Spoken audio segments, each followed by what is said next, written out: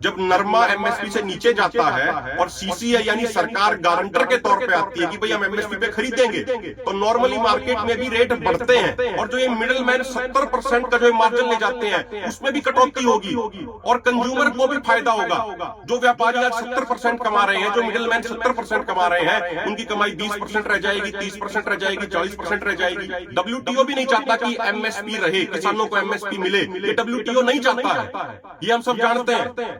और जो लोग किसान होने के साथ साथ व्यापारी भी हैं, वो भी नहीं चाहेंगे कि एमएसपी गारंटी कानून बने। जब कई बार बात आती है, अक्सर चर्चा में बात आ जाती है कि भाई एमएसपी गारंटी कानून बन गया तो फिर व्यापारी पीछे हट जाएंगे, व्यापारी घरों में बैठ जाएंगे, महंगाई बहुत बढ़ जाएगी, मार्केट डिस्टोर्शन हो जाएगा। जब इन मुद्दों पे चर्चा होती है तो तब हम ये जवाब देते हैं कि सरकार गारंटर बने कि भाई देश में एक भी दाना एमएसपी से नीचे नहीं बिकने दिया जाएगा। सरकार 100% की गारंटी ले। और जहां तक ये बात है कि महंगाई बढ़ जाएगी, मार्केट डिस्टोर्ट हो जाएगा, व्यापारी घरों में बैठ जाएंगे, इसके जवाब में हम ये चीज कहते हैं कि भाई आप सीसीआई का एग्जांपल देख लीजिए।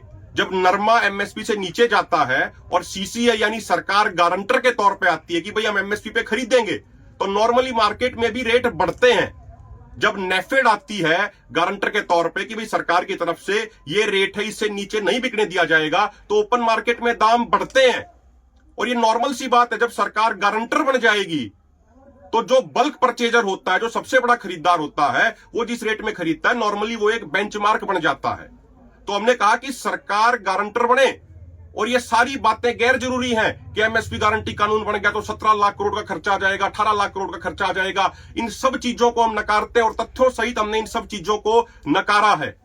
और महत्वपूर्ण बात यह भी है कि आरबीआई की एक रिपोर्ट कहती है कि जो एक किसान का जो प्रोड्यूस है, जो उसकी पैदावार है, जिस रेट में वो बिकती है रिटेल प्राइस पे, उसमें से 30% से भी कम किसान को मिलता है।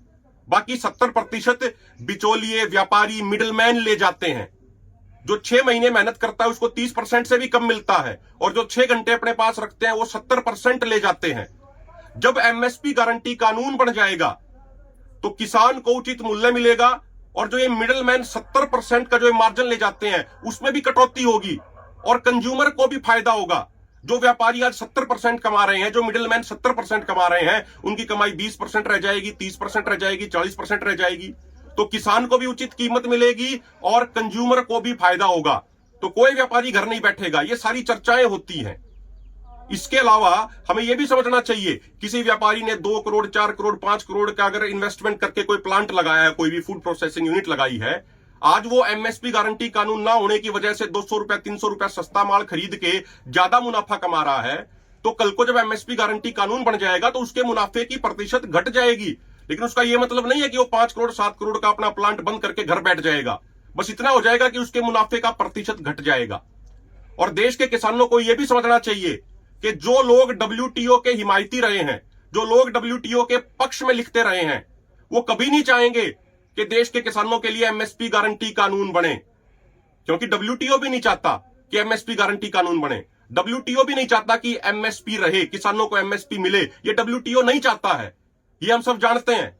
और जो लोग किसान होने के साथ साथ व्यापारी भी हैं, वो भी नहीं चाहेंगे कि एमएसपी गारंटी कानून बने, क्योंकि पूरे देश में एमएसपी गारंटी कानून बन गया तो वो लोग जो दूसरे स्टेटों से, बिहार से, यूपी से 200 रुपया, 300 रुपया, 400 रुपया, 1000 रुपया सस्ता जो अनाज लेके आते हैं, जो धान लेके आते हैं और उस पर फिर मोटा मुनाफा कमाते हैं, उनकी वो मुनाफाखोरी बंद हो जाएगी।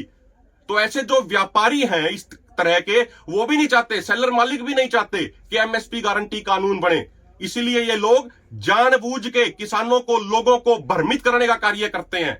ऐसे लोगों को सोचना चाहिए, अपने अंदर झांक के देखना चाहिए कि राजनीतिक पार्टियों की तरह ऑडियो क्लिप्स को, 13.5 मिनट की ऑडियो क्लिप को बीच बीच में से काट के गलत तरीके से वो पेश करते हैं। ऐसे लोगों को खुद के अंदर झांकना चाहिए, आत्ममंथन करना चाहिए कि वो किस स्तर तक लगातार नीचे गिर रहे हैं। और हम देश के किसानों को ये बिल्कुल क्लियर कर दें, बिल्कुल स्पष्ट कर दें, पिछले 1 साल से जो आंदोलन चल रहा है एसकेएम नॉन पॉलिटिकल और केएमएम के नेतृत्व में, हमारी मांग बिल्कुल स्पष्ट है। देश के सभी किसानों की 23 की 23 फसलों की 100% खरीद एमएसपी के ऊपर होनी चाहिए। अगर कोई भी व्यक्ति, चाहे कोई सरकारी प्रोक्यूरमेंट एजेंसी का अधिकारी हो, चाहे कोई व्यापारी हो, अगर वो एमएसपी से कम पर खरीदता है तो वो गैर कानूनी घोषित किया जाना चाहिए और उसके खिलाफ कार्रवाई होनी चाहिए। तो ये हमारी बिल्कुल क्लियर कट मांग है। देश के लोगों को ये पूरे तरीके से समझना चाहिए, किसी तरीके से भ्रम में नहीं पड़ना चाहिए, किसी की भी गलत बयानबाजी का शिकार नहीं होना चाहिए। अब किसी भी प्रकार के दर्द से क्यों होना परेशान, जब ऑर्थो चार्ज कैप्सूल हो आपके पास। सभी प्रकार के दर्द में आयुर्वेदिक पद्धति पर आधारित रामबाण इलाज। कबीर औषधालय का ऑर्थो चार्ज ऑयल, कैप्सूल और सिरप आपको देता है तुरंत आराम। अनेक प्रकार के दर्द जैसे sciatica, spondylitis, rheumatic pain, arthritis, lumbar pain, सभी दर्द को दूर करने का रामबाण इलाज 100% आयुर्वेदिक जड़ी बूटियों से बनाया गया ऑर्थो चार्ज कैप्सूल और ऑयल एक बार प्रयोग में अवश्य लाएं। अधिक जानकारी के लिए संपर्क करें। एड्रेस: कबीर औषधालय, सेक्टर 14, सोनीपत, दिल्ली, NCR।